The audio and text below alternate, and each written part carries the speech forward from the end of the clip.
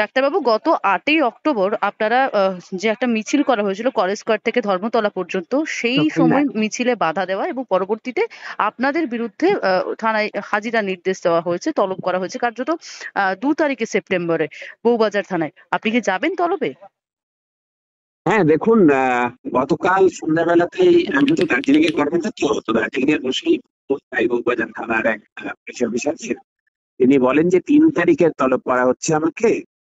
তো আমি সেই মতো করে রাত্রিবেলাতেই টিকিট টিকিট ইত্যাদি কেটে রাখি। পরে আজকে যখন সকালে আমি হাতে পাই হচ্ছে যে পুলিশের নোটিশ ইমেল মারফত, তখন দেখি সেখানে 2 তারিখে ডেট দেওয়া হয়েছে। পরে আমি বলেছি যে দেখুন, সংশ্লিষ্ট অফিসারকে ফোন করে বলেছি, অনুরোধ করেছি যে যেহেতু আমি 3 তারিখ শুনে 3 তারিখেই যাওয়ার প্রস্তুতি নিয়েছি, ফলে আমাকে 3 তারিখেই সেকেন্ড হাফে জিজ্ঞাসাবাদ ইত্যাদি করা হোক, সেটাই বলেছি।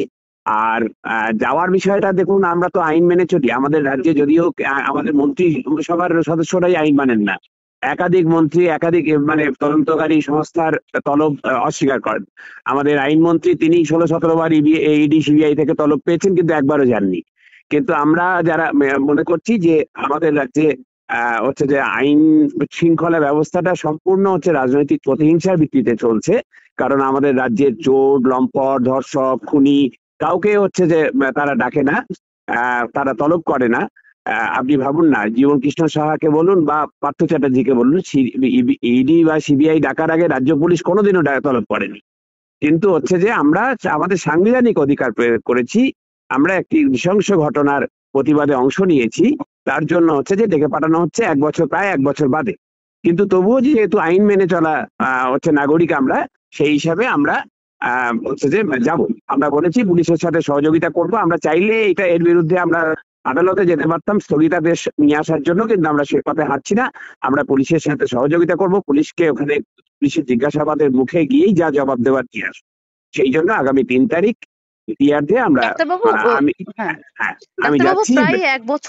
প্রায় 1 বছর বলা যেতেই পারে, সেখানে দাঁড়িয়ে আপনাদেরকে যেভাবে হেনস্থা করা হচ্ছে এক একজন চিকিৎসকের পিছনে, মানে আমরা দেখতে পাচ্ছি যেমন আপনার মানুষ কুমটা চিকিৎসক রয়েছেন, তাকেও এভাবে হেনস্থা, কিভাবে দেখছেন বিষয়টাকে?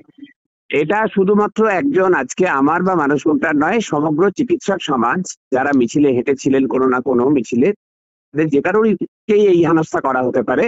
ফলে হচ্ছে যে চিকিৎসক সমাজ, এটা তাদের উপর, চিকিৎসক সমাজের উপরে রাষ্ট্রের আক্রমণ বলে, মানে রাজ্য পুলিশের এই আক্রমণ বলে তারা মনে করছেন, এবং নাগরিকরাও তা একই কথা মনে করছেন। কেউই এই প্রতিহিংসা রাজনীতিকে হচ্ছে যে মেনে নিচ্ছেন না, বরদাস্ত করছেন না। আমাদেরও তীব্র প্রতিবাদ রইল, কিন্তু তীব্র প্রতিবাদ করেও আমরা হচ্ছে যে পুলিশের ডাকে সাড়া দেব। কারণ হচ্ছে যে আমরা চাই দৃষ্টান্ত স্থাপন করতে, যে পুলিশ ডাকলে আমরা গিয়ে সহযোগিতা করছি। আরো ভালো ভালো খবর দেখতে সাবস্ক্রাইব করুন বাংলা হান্টের ইউটিউব চ্যানেল। ধন্যবাদ। বাংলা হান্টের আরো খবর দেখতে নজর রাখুন। বাংলা খবর মানেই বাংলা হান্ট।